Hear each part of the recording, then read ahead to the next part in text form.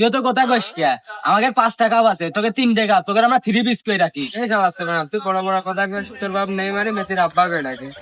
তুই কি করে নেইমারে নিয়ে কথা বলি মানে? এই কি হলো? মেসি নিয়ে কথা কইস না।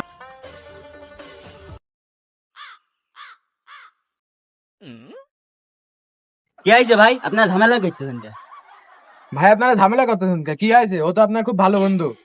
ভাই ও আমার বস নেইমারে নিয়ে কথা কইছে, নেইমারে নিয়ে কোনো কথা হবে না।